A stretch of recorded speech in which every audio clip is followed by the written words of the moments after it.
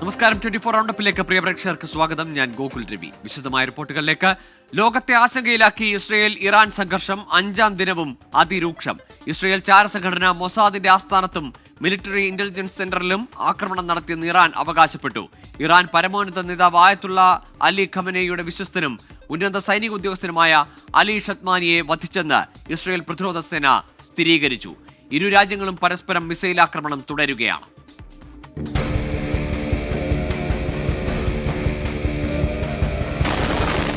തലസ്ഥാന നഗരങ്ങൾ ലക്ഷ്യം വെച്ചാണ് ഇരു രാജ്യങ്ങളുടെയും ആക്രമണം. ഇസ്രയേൽ തലസ്ഥാനം ടെൽ അവീവിൽ ഇറാൻ മിസൈൽ ആക്രമണം നടത്തി. ഇസ്രയേൽ ചാരസംഘടന മൊസാദിന്റെ കേന്ദ്രത്തിൽ ആക്രമണം നടത്തിയെന്നാണ് ഇറാൻ റവല്യൂഷണറി ഗാർഡിന്റെ അവകാശവാദം. ആക്രമണത്തിൽ ഇസ്രയേലിന്റെ മിലിറ്ററി ഇന്റലിജൻസ് സെന്റർ തകർന്നെന്നും ഇറാൻ. ഇസ്രയേൽ മണ്ണിൽ ഏറ്റവും കഠിനമായ ആക്രമണത്തിന് തയ്യാറെടുക്കുന്നെന്ന് ഇറാൻ മാധ്യമങ്ങൾ റിപ്പോർട്ട് ചെയ്തു. ഇതിന് പിന്നാലെ ഇറാൻ സേനയുടെ യുദ്ധകാര്യങ്ങളുടെ ചുമതലയുള്ള ഉന്നത ഉദ്യോഗസ്ഥനെ വധിച്ചെന്ന് ഇസ്രയേൽ പ്രതിരോധ സേനയും വ്യക്തമാക്കി. ഇറാൻ സർക്കാരിന്റെ പ്രധാന ബാങ്കായ സെപയിൽ ഇസ്രയേൽ സൈബർ ആക്രമണം ഉണ്ടായെന്നാണ് റിപ്പോർട്ട്. അതേസമയം ഇന്നലെ ഇറാൻ ടെലിവിഷൻ IRIBയുടെ ആസ്ഥാനത്തുണ്ടായ മിസൈൽ ആക്രമണത്തിൽ പരിക്കേറ്റ ജീവനക്കാരൻ മരിച്ചു. ഇന്നലെയുണ്ടായ ആക്രമണത്തിൽ നിരവധി മാധ്യമപ്രവർത്തകർക്ക് പരിക്കേറ്റു.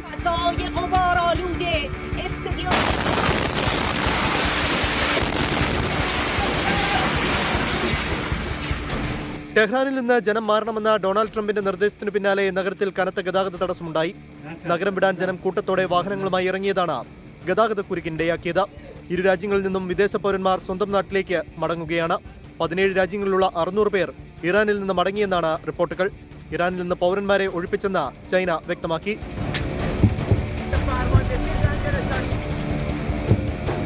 International desk 24. ഇസ്രയേൽ ഇറാൻ സംഘർഷത്തിൽ കടുത്ത നിലപാടുമായി US. ഇറാനെതിരെ പടയൊരുക്കത്തിനാണ് അമേരിക്കൻ നീക്കം. പശ്ചിമേഷ്യയിൽ കൂടുതൽ സേനാ വിന്യാസം നടത്തും. F-16, F-22, F-35 പോർ വിമാനങ്ങളടക്കം പശ്ചിമേഷ്യയിലേക്ക് എത്തിക്കും. ഇറാൻ പരമോന്നത നേതാവ് ആയത്തുള്ള അലി ഖമനേയി എവിടെയാണ് ഒളിച്ചിരിക്കുന്നതെന്ന് അറിയാമെന്ന് US പ്രസിഡന്റ് ഡൊണാൾഡ് ട്രംപിന്റെ മുന്നറിയിപ്പ്. ഇസ്രയേലിലെ ടെൽ അവീവിൽ സ്ഫോടനമെന്ന് റിപ്പോർട്ടുകളുണ്ട്. ഇറാൻ ആക്രമിച്ചെന്നും തിരിച്ചടിക്കുമെന്നും ഇസ്രയേൽ വ്യക്തമാക്കി. ഇറാനിലെ ഇസ്ഫഹാൻ സൈനിക താവളത്തിൽ ഇസ്രയേൽ വ്യോമാക്രമണം നടത്തി. ഇറാൻ ഇസ്രയേൽ സംഘർഷം രൂക്ഷമായതോടെ ഇസ്രയേലിൽ നിന്നും ഇന്ത്യക്കാരെ ഒഴിപ്പിക്കുന്ന നടപടികൾ തുടങ്ങി. ടെഹ്റാനിൽ നിന്ന് അർമേനിയയിലെത്തിയ ആദ്യ ബാച്ച് വിദ്യാർത്ഥികളെ നാളെ ഡൽഹിയിലെത്തിക്കും. ഇസ്രയേലിലെ ഇന്ത്യക്കാരെ ജോർദാൻ, ഈജിപ്ത് അതിർത്തി വഴി ഒഴിപ്പിക്കാനാണ് വിദേശകാര്യ മന്ത്രാലയത്തിന്റെ ആലോചന. ടെഹ്റാനിൽ ഇസ്രായേൽ ആക്രമണം കടുപ്പിച്ചതോടെയാണ് വിവിധ സർവകലാശാലകളിൽ പഠിക്കുന്ന വിദ്യാർത്ഥികളെ റോഡ് മാർഗം അർമേനിയയിലെത്തിച്ചത്. ഇവിടെ നിന്ന് വിമാനമാർഗം നാളെ ഇന്ത്യയിലെത്തിക്കും. മെഡിക്കൽ വിദ്യാർത്ഥികൾ അടങ്ങുന്ന 600 പേരുടെ സംഘത്തെ കോമാൻ നഗരത്തിലേക്ക് മാറ്റി. സ്വന്തമായി ടെഹ്റാൻ വിടുന്നവർ സുരക്ഷിത നഗരങ്ങളിലേക്ക് മാറണമെന്ന് എംബസി ആവശ്യപ്പെട്ടു. സഹായം വേണ്ടവർ ടെഹ്റാനിലെ ഇന്ത്യൻ എംബസിയുമായി ബന്ധപ്പെട്ട് സ്ഥലവും നമ്പറും അറിയിക്കണമെന്നും നിർദ്ദേശമുണ്ട്. ഇതിനായി പ്രത്യേക ഹെൽപ്പ് ലൈൻ നമ്പറും നൽകി. വിദ്യാർത്ഥികളുടെ ഒഴിപ്പിക്കലിന് സർവകലാശാലകളുടെ പിന്തുണയും ഇന്ത്യ തേടിയിട്ടുണ്ട്. വിദ്യാർത്ഥികളടക്കം 10,000-ഓളം പേരാണ് ഇറാനിലുള്ളത്. ഇസ്രയേലിൽ നിന്നും ഇന്ത്യക്കാരെ ഒഴിപ്പിക്കും. ടെൽ അവീവിൽ നിന്ന് ജോർദാൻ, ഈജിപ്ത് അതിർത്തി വഴി ഒഴിപ്പിക്കാനാണ് നീക്കം. ഇന്ത്യക്ക് എല്ലാ പിന്തുണയും നൽകുമെന്ന് ഇസ്രായേൽ പ്രതിരോധ വക്താവ് പറഞ്ഞു. 25,000-ഓളം പേരെയെങ്കിലും ഒഴിപ്പിക്കേണ്ടി വരുമെന്ന് ഇന്ത്യൻ എംബസി. ആശങ്കയിൽ കഴിയുന്ന ഇന്ത്യൻ സമൂഹവുമായി എംബസി ഉദ്യോഗസ്ഥർ സംസാരിച്ചു. ഇറാൻ, ഇസ്രായേൽ വിദേശകാര്യമന്ത്രിമാരുമായി വിദേശകാര്യമന്ത്രി S ജയശങ്കർ സംസാരിച്ചിരുന്നു. ഇസ്രായേലിലും ഇറാനിലുമുള്ള മലയാളികൾ സുരക്ഷിതരെന്ന് നോർക്ക റൂട്ട്സ് CEO അറിയിച്ചു. ഇസ്രായേലിലുള്ള മലയാളികളുമായിട്ടും ലോക കേരളസഭാ അംഗങ്ങളുമായിട്ടും സംസാരിച്ചിരുന്നു. അവരെല്ലാവരും ഇപ്പോൾ സുരക്ഷിതരാണ്. എന്നാലും ടെൻസ്ഡ് ആണ്, പക്ഷെ സുരക്ഷിതരാണ്. 24 ഡൽഹി. നിലമ്പൂരിൽ മറ്റന്നാൾ ജനവിധി.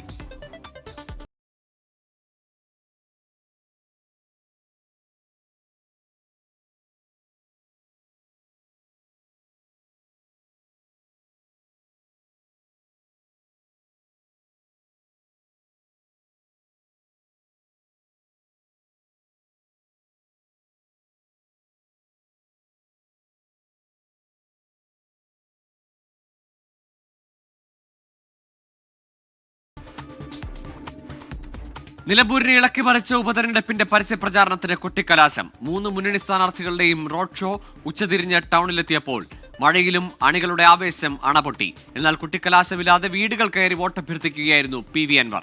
മറ്റന്നാളാണ് നിലമ്പൂർ പോളിംഗ് ബൂത്തിലെത്തുക.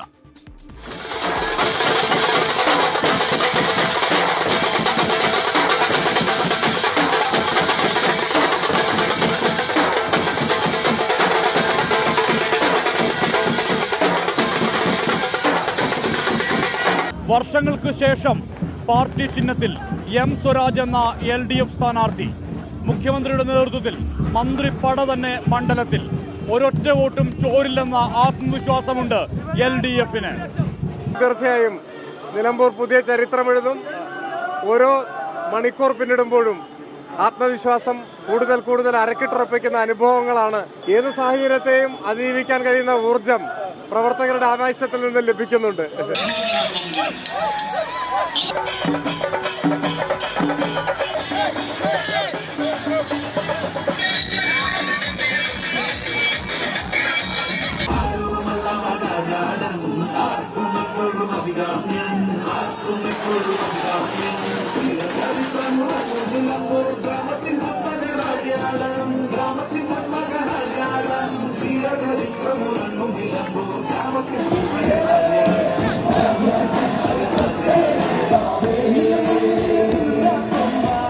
ആര്യാടൻ മുഹമ്മദിന്റെ കോട്ട തിരികെ പിടിക്കാമെന്ന ആത്മവിശ്വാസത്തിലാണ് UDF. ഒറ്റക്കെട്ടായുള്ള പ്രചരണം, പ്രിയങ്കയുടെ വരവ്, ഭരണവിരുദ്ധ വികാരം 10,000 വോട്ടിന് ഭൂരിപക്ഷം നൽകുമെന്ന പ്രതീക്ഷയാണ് UDF-ന്. ഒരു വലിയ ചരിത്ര വിജയം തന്നെ ഉണ്ടാകുമെന്നതിന്റെ വ്യക്തമായ തെളിവുകളാണ്.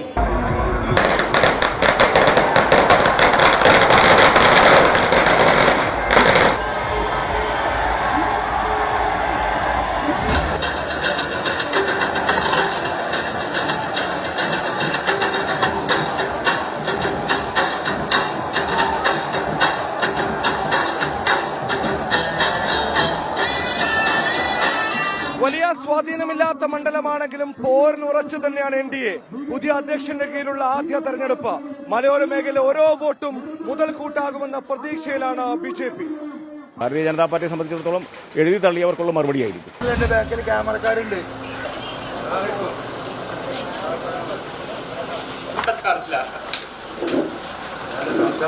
ഞങ്ങൾക്ക് വേണ്ടി പറഞ്ഞിട്ടാണ് ഈ മനസ്സിലായത്. ഇപ്പൊ ചോര തുപ്പിട് അത് കൂടിയ ബാക്കിയുള്ളൂ. CPIM-നും മുഖ്യമന്ത്രിക്കും എതിരെ തുടങ്ങിയ യുദ്ധം, പിന്നെ തനിച്ചുള്ള പോരാട്ടം.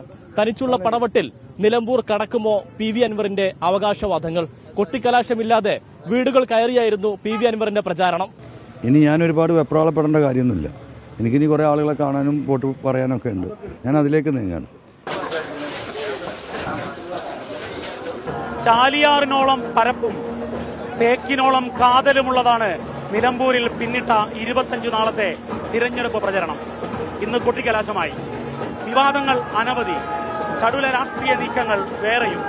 ഇനി നിലമ്പൂരിൽ ജനവിധിക്കായുള്ള കാത്തിരിപ്പാണ്. ടീം 24 നിലമ്പൂർ. തിരികെ വാർത്തകളിലേക്ക്. 4 ദിവസമായി പെയ്യുന്ന കനത്ത മഴയിൽ വടക്കൻ കേരളത്തിൽ ഇന്നും വ്യാപക നാശം. റെഡ് അലർട്ട് നിലനിൽക്കുന്ന കാസർഗോഡ്, കണ്ണൂർ ജില്ലകളിൽ പലയിടത്തും വെള്ളം കയറി. കാസർഗോഡും കോഴിക്കോടുമായി 3 പേർ മുങ്ങി മരിച്ചു. ഒരാൾക്കായി തിരച്ചിൽ തുടരുകയാണ്.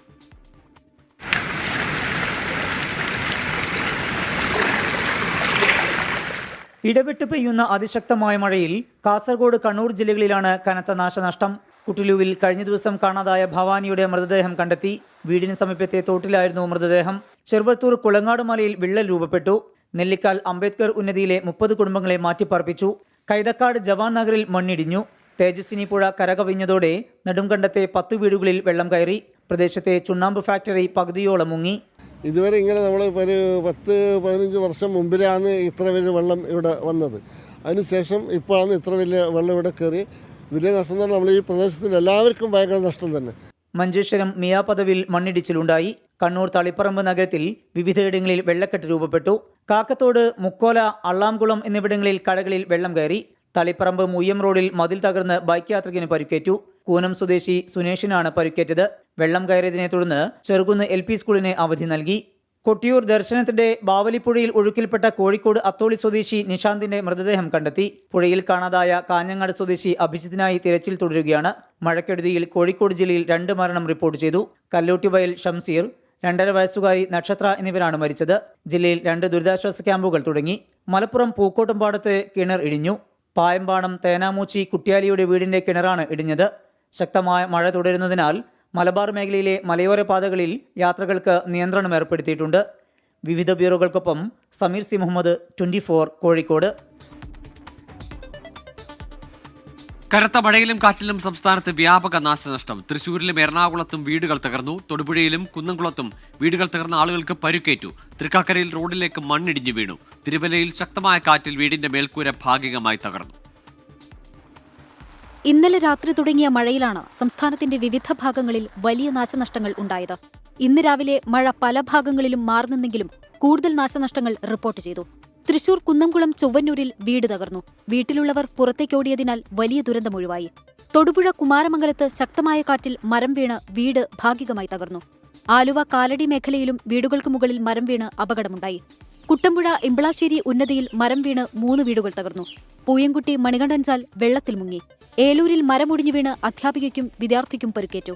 ഇന്ന് വൈകിട്ടുണ്ടായ ശക്തമായ കാറ്റിൽ തിരുവല്ല മീന്തലക്കരയിൽ വീടിന്റെ മേൽക്കൂര ഭാഗികമായി തകർന്നു. തൃക്കാക്കരയിൽ പള്ളത്തുപടി വളവക്കാട് റോഡിലേക്ക് മണ്ണിടിഞ്ഞു വീണു. ഇനിയും മണ്ണിടിയുമോ എന്ന ആശങ്കയിലാണ് പ്രദേശവാസികൾ. പെരിയാറിലെ ജലനിരപ്പ് ഉയരുന്നതും ആശങ്കയുണ്ടാക്കുന്നുണ്ട്. 24 കൊച്ചി. സർവകലാശാല അധ്യാപക നിയമനങ്ങൾക്കുള്ള തടസ്സം നീക്കാൻ നിയമോപദേശം തേടണമെന്ന് വൈസ് ചാൻസലർമാരോട് ഗവർണർ. കേരള സർവകലാശാല ആസ്ഥാനത്ത് ചാൻസലർ കൂടിയായ ഗവർണർ രാജേന്ദ്ര ആർലേക്കറിനെതിരെ SFI ബാനറുകൾ ഉയർത്തി പ്രതിഷേധിച്ചു. ഗവർണർക്കെതിരെ വിമർശനവുമായി വിദ്യാഭ്യാസ മന്ത്രി വി ശിവൻകുട്ടിയും രംഗത്തെത്തി. രാജ്ഭവനിൽ ചേർന്ന വൈസ് ചാൻസലർമാരുടെ യോഗത്തിലാണ് ഗവർണറുടെ നിർദ്ദേശങ്ങൾ. സർവകലാശാലകളുടെ അക്കാദമിക് കലണ്ടർ കൃത്യമായി പാലിക്കണം. അധ്യാപക നിയമനത്തിലുള്ള തടസ്സങ്ങൾ നീക്കാൻ നിയമോപദേശം തേടണം. പ്ലാൻ ഫണ്ട് ഉൾപ്പെടെ സർവകലാശാലകൾക്ക് ലഭിക്കാനുള്ള പണത്തിന്റെ വിശദാംശങ്ങൾ രാജ്ഭവനെ അറിയിച്ചാൽ മുഖ്യമന്ത്രിയുമായി സംസാരിക്കാമെന്നും വൈസ് ചാൻസലർമാർക്ക് ഗവർണർ ഉറപ്പു നൽകി. ക്യാമ്പസ് രാഷ്ട്രീയത്തെ സെനറ്റ് യോഗത്തിൽ ഗവർണർ വിമർശിച്ചു. യോഗത്തിലെത്തിയ ഗവർണർക്കെതിരെ SFI പ്രതിഷേധവുമുണ്ടായി. ബാനർ ഉയർത്താനുള്ള ശ്രമം ആദ്യം പോലീസ് തടഞ്ഞു.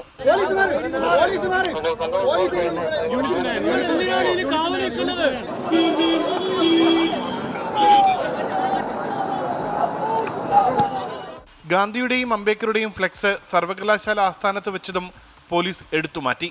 സെനറ്റ് യോഗശേഷം ഗവർണർ മടങ്ങിപ്പോയപ്പോൾ SFI പ്രവർത്തകർ മുദ്രാവാക്യം വിളിച്ച് പ്രതിഷേധിച്ചു.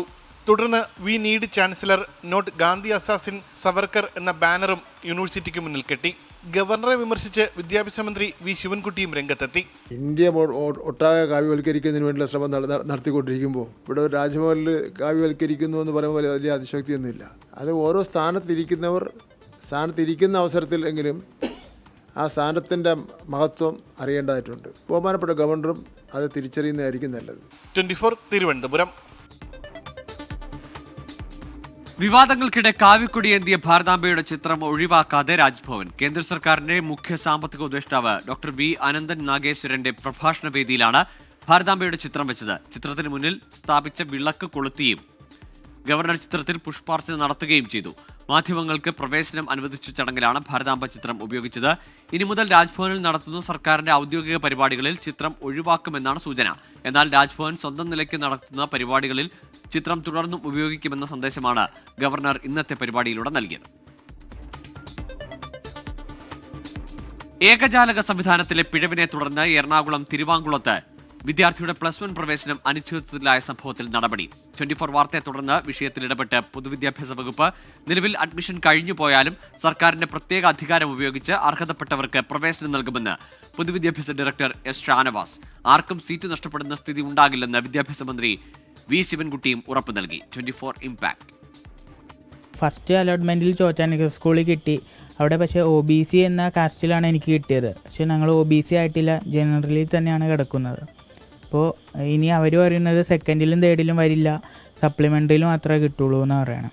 ശൈവ വെള്ളാള വിഭാഗത്തിൽപ്പെട്ട എറണാകുളം തിരുവാങ്കുളം സ്വദേശി അശ്വിൻ അനിൽകുമാറിന് കമ്മ്യൂണിറ്റി തെറ്റി അലോട്ട്മെന്റ് ലഭിച്ചതാണ് പ്രതിസന്ധിയായത്. അപ്പോൾ ഇങ്ങനെ തെറ്റിദ്ധാരണയുടെ അടിസ്ഥാനത്തിലോ മറ്റു രീതിയിലോ ആണ് എങ്കിൽ ആ കുട്ടിയുടെ താല്പര്യവും കുട്ടിയുടെ ഭാവിയും കുട്ടിക്ക് എവിടെയാണ് പഠിക്കുവാൻ താല്പര്യവും അതിന് യഥാർത്ഥത്തിൽ അർഹതപ്പെട്ട സ്ഥലത്ത് ഇപ്പം നിലവിലുള്ള അഡ്മിഷൻ കഴിഞ്ഞു പോയാൽ തന്നെ സർക്കാരിൻ്റെ പ്രത്യേക അധികാരം ഉപയോഗിച്ച് കുട്ടിക്കവിടെ പഠിക്കുന്നതിന് ആവശ്യമായിട്ടുള്ള സീറ്റ് ക്രിയേഷൻ നടത്തുന്നതിനുള്ള നടപടി സ്വീകരിക്കും. പാലക്കാട് ജില്ല ഒഴികെയുള്ള ജില്ലകളിൽ ശൈവ വെള്ളാളർ ജനറൽ കാറ്റഗറിയാണ്. എന്നാൽ പാലക്കാട് മാത്രം OBCയും. ഇതിലുള്ള ആശയക്കുഴപ്പമാണ് പ്രവേശനം ലഭിക്കാത്തതിന് കാരണമെന്ന് കുടുംബം ആരോപിച്ചു. ഒരു വിദ്യാർത്ഥിക്കും അലോട്ട്മെന്റ് കിട്ടാത്ത സാഹചര്യം ഉണ്ടാവില്ലെന്ന് മന്ത്രി വി ശിവൻകുട്ടി.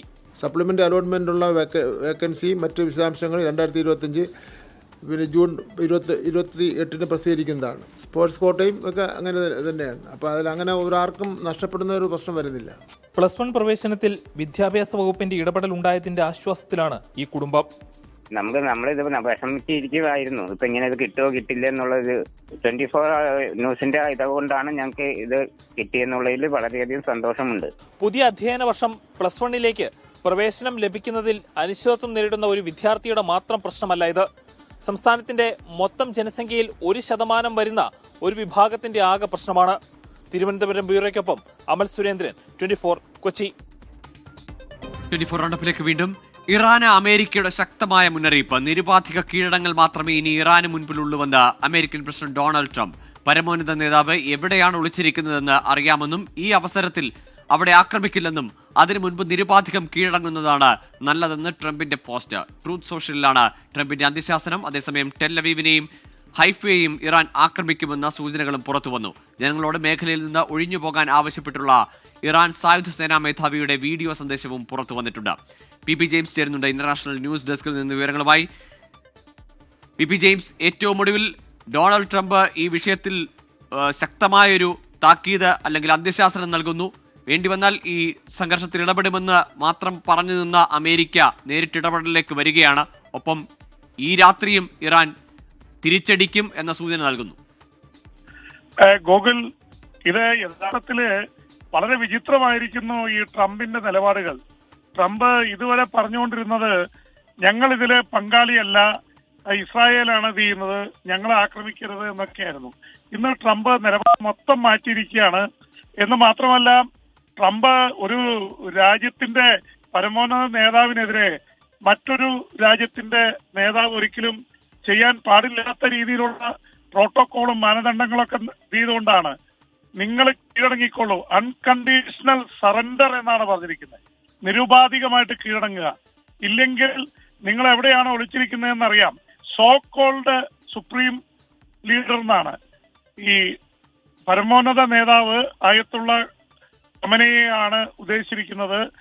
കീഴടങ്ങി ഇല്ലെങ്കിൽ പിന്നീട് എന്താണെന്നുള്ളത് നമ്മൾ പിന്നെ തീരുമാനിക്കും. ഇപ്പോ ഞങ്ങൾ കൊല്ലില്ല, പക്ഷെ ഭാവിയിൽ എന്ത് ചെയ്യുന്നുള്ളത് ഞങ്ങൾ തീരുമാനിക്കും എന്നുള്ള രീതിയിൽ അമേരിക്കയുടെ പ്രസിഡന്റാണ് സംസാരിക്കുന്നതെന്ന് ഓർക്കണം. കാരണം അമേരിക്ക ഇതുവരെ യുദ്ധത്തിൽ അല്ലെങ്കിൽ ഏറ്റുമുട്ടലിൽ പങ്കാളിയല്ല, ഇസ്രായേലാണ് ചെയ്തുകൊണ്ടിരിക്കുന്നത്.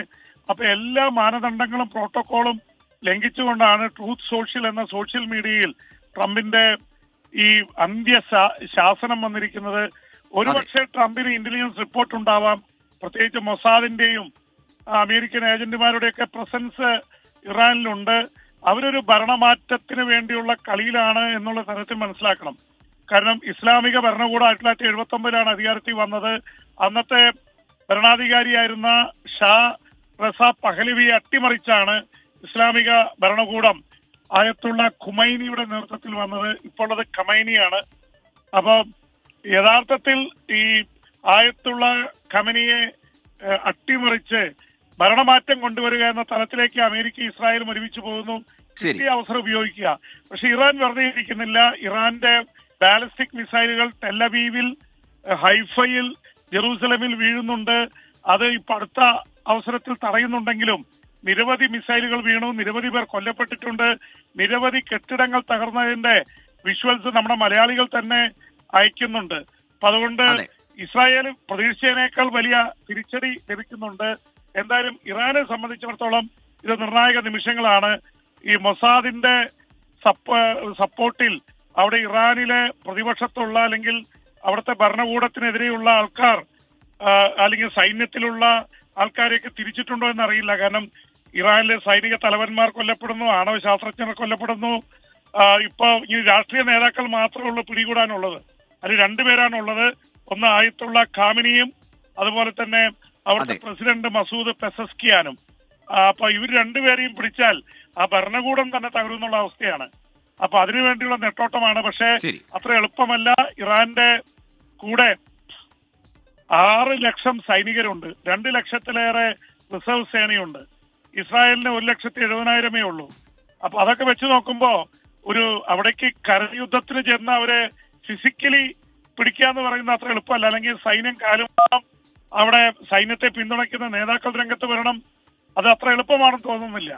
ഇപ്പോ ഈ ഭരണകൂടത്തെ എതിർക്കുന്നവർ പോലും രംഗത്ത് വന്നിരിക്കുന്നത് ഇറാൻ എന്നുള്ളൊരു വികാരത്തിൽ രംഗത്ത് വന്നിട്ടുണ്ട്. അവിടുത്തെ ടെലിവിഷൻ ചാനലിലെ മാധ്യമപ്രവർത്തകരൊക്കെ ഇറാൻ വികാരം ഇളക്കി വിട്ടുകൊണ്ടിരിക്കുകയാണ്. അപ്പൊ അതുകൊണ്ട് അത്ര എളുപ്പമല്ല ഈ ട്രംപ് പറഞ്ഞത് നടപ്പാക്കുക എന്നുള്ളത്. പക്ഷെ നമുക്കറിയില്ല, പ്രത്യേകിച്ച് സദാം ഹുസൈനെ ഇറാഖിലും മുഹമ്മദ് മുവർ ഗദാഫിയെ ലിബിയയിലും കീഴടക്കിയ ചരിത്രമുണ്ട് അമേരിക്കയ്ക്ക്. പക്ഷെ എന്തായാലും നമുക്കത് അറിയാനിരിക്കുന്നതേ ഉള്ളൂ. Gokul.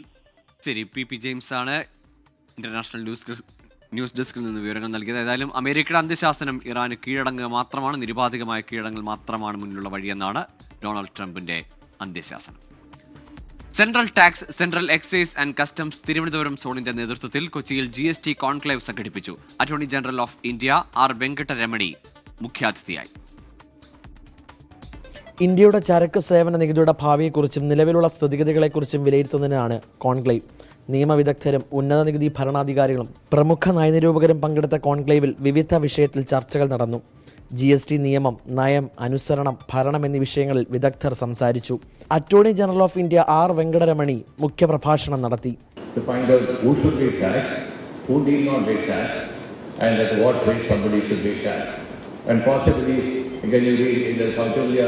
or some of the earliest Rome authors on taxation, you find not one subject or human transaction which has not been exposed to taxation. And that's for good reason. GST നികുതികൾ ലളിതമാക്കൽ, പൗരന്മാരെ ശാക്തീകരിക്കൽ എന്ന വിഷയത്തിലുള്ള സെഷൻ നടന്നു. GSTയുടെ നടത്തിപ്പ് അവലോകനം ചെയ്യുന്നതിനും നയപരവും പ്രവർത്തനപരവുമായ വെല്ലുവിളികൾ വിലയിരുത്തുക, നികുതി ഭരണം കൂടുതൽ കാര്യക്ഷമമാക്കുക എന്നീ കാര്യങ്ങൾ ചർച്ച ചെയ്യുന്നതിനുള്ള സുപ്രധാന വേദിയായി GST കോൺക്ലേവ് 2025 മാറി. Indirect tax committee chairman P Rajendrakumar, TIOL സ്ഥാപക എഡിറ്റർ ശൈലേന്ദ്രകുമാർ തുടങ്ങിയവർ പ്രഭാഷണങ്ങൾ നടത്തി. 24 കൊച്ചി.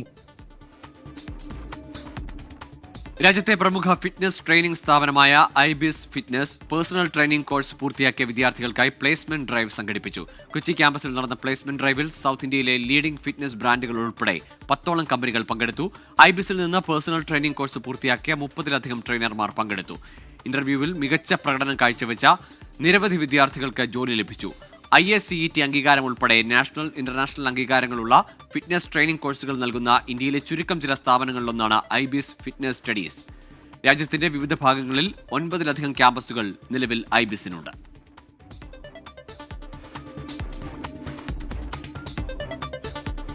24 പൂർണ്ണമാകുന്നു. നമസ്കാരം.